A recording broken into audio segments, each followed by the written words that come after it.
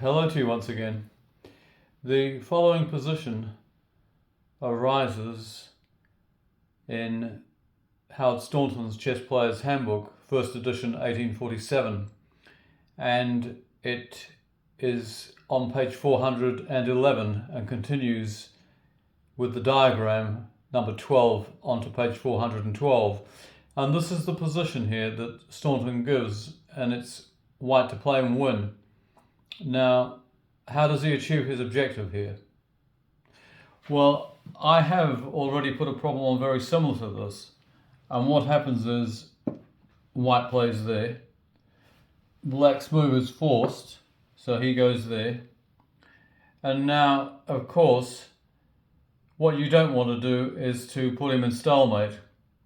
So the only way around this here, and in order to win the game,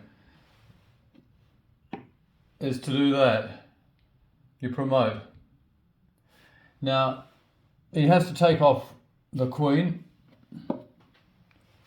And so you can either play king f6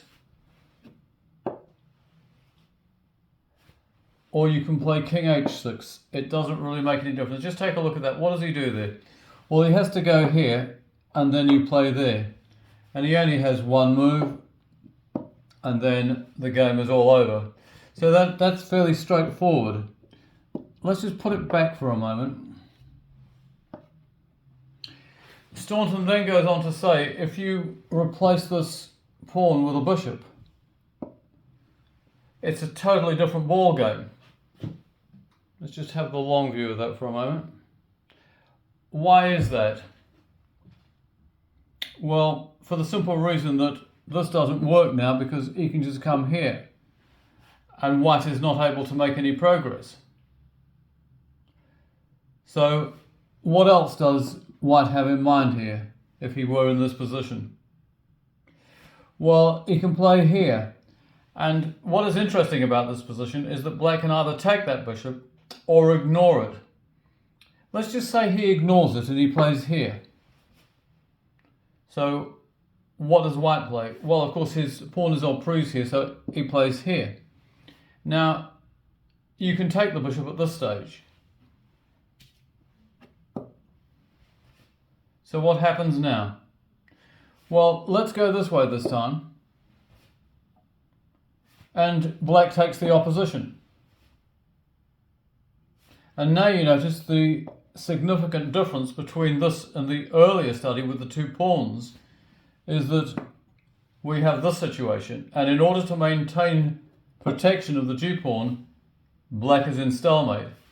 Let's just take it back.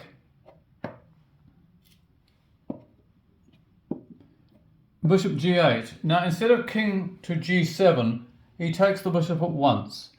What happens then? Well, of course, the king goes here, quite rightly, and then the king goes here. Now, if he goes like this, that's okay. You go here. What do you play then?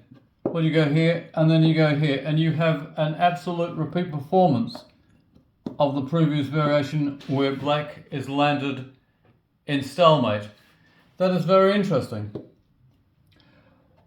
What I propose to do is to add to Howard Staunton's problem and have the bishop with not one pawn, but with two pawns. Now, what happens in this position? Just take a good look at it. What is the best move here?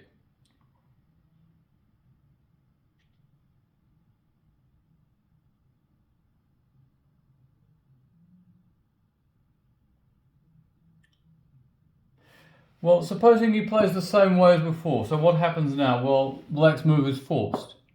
Okay, so what do?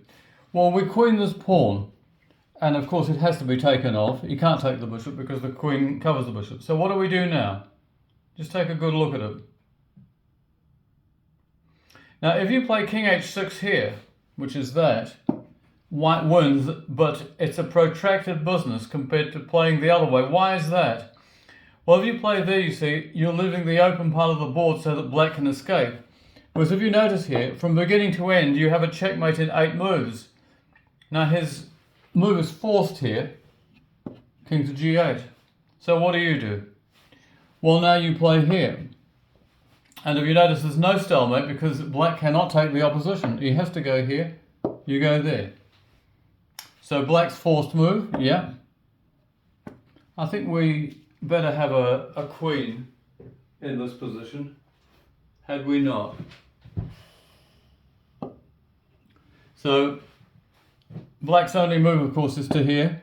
The quickest way of wrapping this up is to play here to stop him going any further. And if you count the number of moves to this stage, that is checkmate.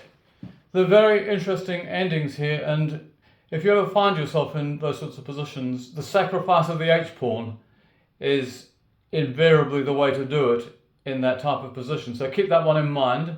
Enjoy your chess, and goodbye for now.